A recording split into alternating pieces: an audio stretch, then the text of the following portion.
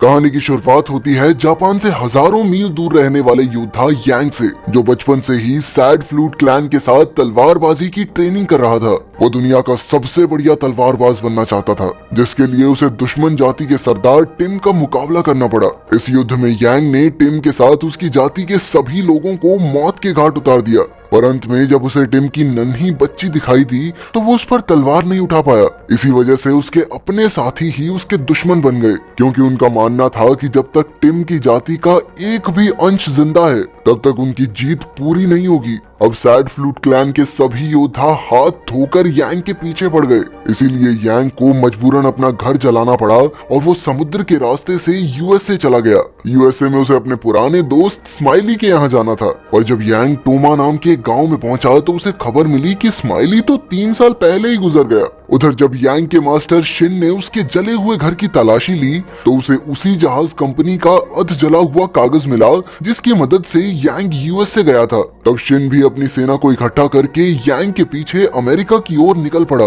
उधर टोमा गांव में आम लोग यांग को ज्यादा पसंद नहीं करते थे, पर वहाँ सर्कस में 8 बॉल नाम का एक बौना आदमी था जो उसे स्माइली की पुरानी कपड़े धोने वाली दुकान में ले आया ताकि यांग बच्ची के साथ यहाँ सही सलामत रह सके। पर शाम को अचानक लिन नाम की एक लड़की ने यांग पर पीछे से हमला कर दिया। यांग उसके वार को रोक सकता था, पर उसने ऐसा किया नहीं ताकि उसकी असलियत सबके सामने ना आ जाए। तब लिन ने उससे माफी मांगी और बताया कि वो स्माइली की दोस्त थी। खैर बाद में लिन ने यांग को अच्छे से कपड़े धोना सिखाया ताकि वो स्माइली की पुरानी दुकान को दोबारा से चलाकर पैसे कमा सके। उस बच्ची का अब तक कोई नाम ही नहीं रखा गया था, इसीलिए लिन ने उसका नाम अप्रैल रखा। अगले दिन यांग ने सालों से भरी हुई धूल को साफ करके दुकान खोली। अगली सुबह कुछ शैतान बच्चे आकर उसका मजाक उड़ाने लगे, और फिर 8 बॉल ने वहां आकर उन्हें भगा दिया और यांग को अप्रैल के साथ सर्कस में खाने पर बुलाया। बाद में यांग ने देखा कि लिन चाकू फेंकने की कोशिश कर रही थी, पर उसका निशाना बहुत खराब था। कुछ दिनों बाद यांग वहाँ पर एक साधारण सी जिंदगी जीने लगा। वो रोज कपड़े धोता, दोस्तों के साथ हंसता खेलता, सूरज को डूबते हुए देखता, और अब तो उसने अपना खुद का बगीचा भी शुरू कर दिया था। एक दिन यांग ने लिन को कब्रिस्तान में जाते देखा तो उसने 8 बॉल से लिन की कहानी पूछी।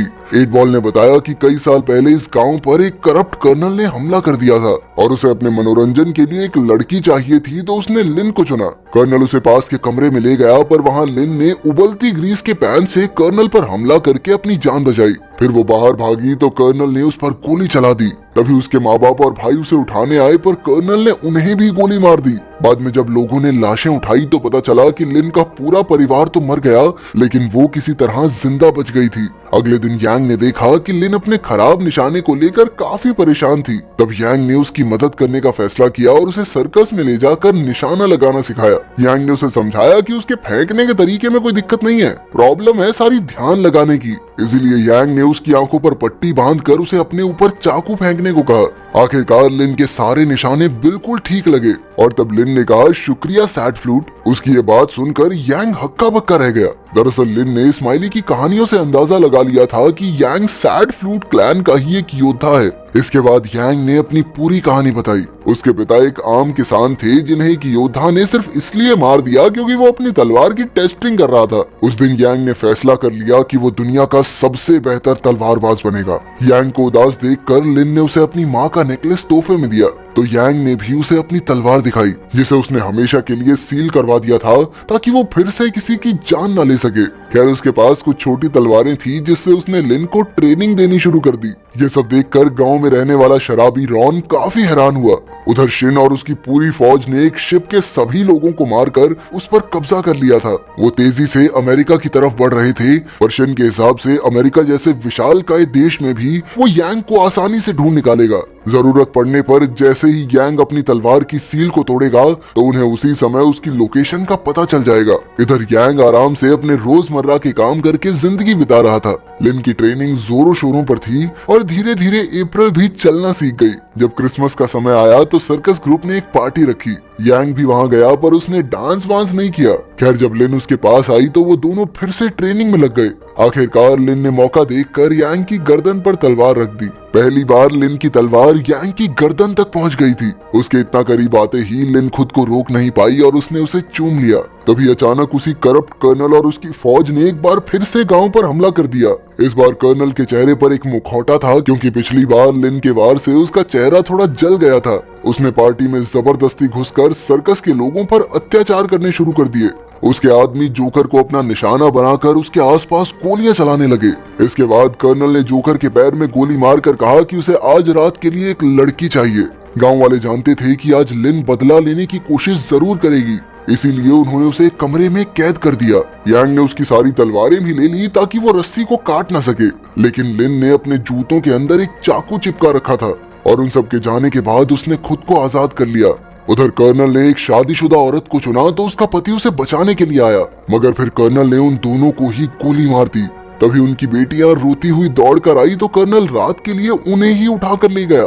जब वो खाना खा रहा था तो अचानक लिन एक डांसर के भेस में वहां आई और फिर कर्नल का मनोरंजन करने लगी।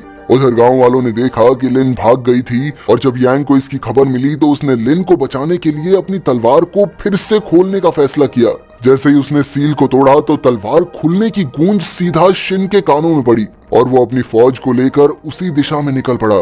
दूसरी ओर लिन अचानक कर्नल पर हमला करने लगी, लेकिन वो तो पहले ही बंदूक ताने बैठा था। असल में वो पहले ही समझ गया था कि लिन उसे मारने वहां आई है। तभी उसके आदमियों ने लिन को पकड़कर बिस्तर पर फेंक दिया और कर्नल कई साल पहले अपने अधूरे रह गए काम को पूरा करने के लिए बढ़ा। पर तभी यांग खिड़की तोड़ते हुए अंदर घुस आया और सबके होश उड़ गए। उसने बड़ी आसानी से उन सबको मार डाला, पर जब कर्नल की ओर बढ़ा तो लिन ने उसे रोक दिया, क्योंकि वो खुद उसे खत्म करना चाहती थी। मौका देखकर कर्नल लिन को ढाल बनाकर खिड़की से कूद गया और तुरंत भागकर अपने आदमियों में शामिल हो गया। लेकिन लिन ने दूर से ही चाकू फेंककर सीधा कर्नल के गले पर मारा, जिससे कर्नल वहीं ढेर हो गया। खैर बाद में जब लोगों ने उसका मुखौटा हटाया तो पता चला कि ये कर्नल के भेस में कोई और ही था और वहीं असली कर्नल मौका देखकर भाग गया। उधर यांग अपना सामान बांधकर अप्रैल के साथ गांव छोड़कर जाने की तैयारी में था, क्योंकि वो जानता था कि उसका मास्टर अपने योद्धाओं के साथ इस गांव पर हमला कर देगा। पर 8 बॉल ने कहा कि कर्नल बदला लेने के लिए दुगनी सेना लेकर आएगा, इसीलिए अगर वो गांव को छोड़कर चला जाता है तो उनका भला नहीं नुकसान ही होगा। लोगों का मानना था कि सिर्फ यांग अकेला इतनी सेना से नहीं लड़ सकता, इसीलिए 8 बॉल रॉन को सबके सामने लाया। तब खुलासा होता है कि रॉन पहले काफी मशहूर डकैत हुआ करता था, पर जब वो पकड़ा गया तो 8 बॉल ने उसके सारे हथियार कब्रिस्तान में दबा दिए थे और अब उन्हें वापस निकालने का समय आ गया था। अपनी बंदूक से जब रॉन ने निशाना लगाया तो उसका निशाना आज भी उतना ही पक्का था।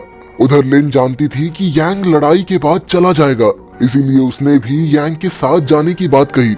बाद में रॉन अपने वही पुराने कपड़े यांग के पास धुलवाने आया तो रॉन ने कहा कि वो हमेशा से जानता था कि यांग एक योद्धा है, क्योंकि वो उसकी चाल ढाल देखकर ही उसकी सच्चाई जान गया था। वहीं यांग भी रॉन के बारे में यही सोचता था, क्योंकि उसे भी रॉन से खून की बू आ गई थी। फिर दोनों ने हाथ मिलाए और रॉन ने बताया कि उसने डकैती इसीलिए छोड़ी क्योंकि जब कुछ पुलिस वाले उसे पकड़ रहे थे तो उन्होंने उसकी पत्नी को मार डाला। मरने से पहले उसकी पत्नी ने उसे कभी बंदूक न उठाने को कहा और उसने आज तक ये वादा निभाया भी था। पर आज गांव वालों पर मुसीबत आई थी, इसीलिए रॉन ने सोचा कि उसकी पत्नी उसकी ये मजबूरी जरूर समझेगी। फिर अगले दिन एक लड़का अप्रैल को लेकर बेसमेंट में छिप गया और यांग गांव की सरहद के बाहर कर्नल का इंतजार करने लगा। जब कर्नल और उसकी फौज आई तो वो यांग के बगीचे को रौंदते हुए आगे बढ़े, लेकिन वहां पर गांव वालों ने बम छिपा रखे थे। अचानक चारों ओर से जबरदस्त धमाके हुए और बहुत सारे दुश्मन मारे गए। इस धुएं का फायदा उठाकर यांग आगे बढ़ा और जबरदस्त तरीके से दुश्मनों को मारने लगा। वहीं कर्नल अपने बचे हुए आदमियों के साथ सर्कस के करीब पहुंचा और वहां भी लोगों ने आसपास धमाके करके दुश्मनों को मार डाला। वहीं रॉन जाइंट व्हील के बिल्कुल ऊपर से गोलीबारी करने लगा, पर जब दुश्मन उस तक पहुंचने के लिए झूलों पर चढ़ने लगे तो सर्कस में काम करने वाले लोगों ने पीछे से उन पर खूब गोलियां बरसाई। उधर यांग भी छिपते छिपाते दुश्मनों को एक एक करके खत्म करता जा रहा था। जब दुश्मन ज्यादा करीब आ गए तो रॉन तार के जरिए बाहर आ गया और फिर उन्होंने झूले को ही बम से उड़ा दिया, जिससे कर्नल के बहुत सारे सैनिक मारे गए। इसके बाद सभी गांव वाले बाहर आ गए क्योंकि उन्हें लगा कि वो जीत चुके हैं, पर कर्नल और उसके कुछ आदमी अभी भी जिंदा थे। अचानक उन्होंने कई सर्कस वालों पर हमला कर दिया और जब कर्नल के आदमी बाकियों को घेरने वाले थे तो एकदम से वहां सैड फ्लूट क्लैन के योद्धा भी आ गए। इसी के साथ वहां बंदूक और तलवारबाज योद्धाओं के बीच जंग छिड़ गई। तब यांग ने लिन को अप्रैल के साथ भाग जाने को कहा और खुद जंग में लड़ने चला गया। वहीं यांग ने भी धुआंधार तरीके से दोनों तरफ के दुश्मनों का मुकाबला करना शुरू किया, जिसके बाद वो लिन और अप्रैल की रक्षा करने के लिए दौड़ा, क्योंकि कर्नल उनके ऊपर हमला जरूर करेगा। लेकिन जब लिन फंस गई तो उसने 8 बॉल की गोद में अप्रैल को रखा और खुद यांग के साथ दुश्मनों से लड़ने लगी। सबको मारने के बाद वो 8 बॉल के पास पहुंचे, लेकिन कर्नल पहले ही उसे मारकर अप्रैल को अगवा करके ले गया था। अब कर्नल अप्रैल के साथ एक होटल में छिपा हुआ था और बाहर उसके आदमी पहरा दे रहे थे। तभी सैड फ्लूट क्लैन के योद्धाओं ने अप्रैल तक पहुंचने की कोशिश की, मगर वो सभी अपनी जान से हाथ धो बैठे। पर जल्द ही यांग वहां आया और कुछ ही पलों में सभी बॉडीगार्ड्स को खत्म करके अंदर घुस गया। फिर उसने अपनी तलवार से ऐसा जबरदस्त वार किया कि कर्नल की बंदूक कई हिस्सों में टूट गई और साथ ही अप्रैल यांग के हाथों में आ गई। पर यांग ने कर्नल को मारा नहीं, क्योंकि लिन उसे अपने हाथों से मारना चाहती थी। इसके बाद लिन और कर्नल के बीच एक रोमांचक लड़ाई छिड़ गई, लेकिन आखिर में लिन ने अपने जोरदार वार से कर्नल के चीथड़े उड़ा दिए। आखिरकार यांग का सामना अपने गुरु शिन से हुआ, जो अप्रैल के खून का प्यासा था। शिन को पूरा यकीन था कि यांग अपने मास्टर को तो नहीं मार पाएगा, क्योंकि वो हमेशा से कमजोर दिल का रहा है।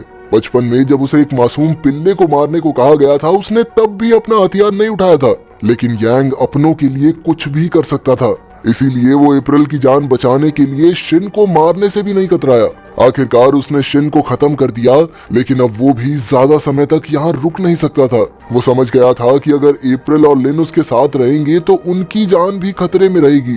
वो उन्हें एक अच्छी जिंदगी देने के लिए उन्हें छोड़कर वहां से चला गया।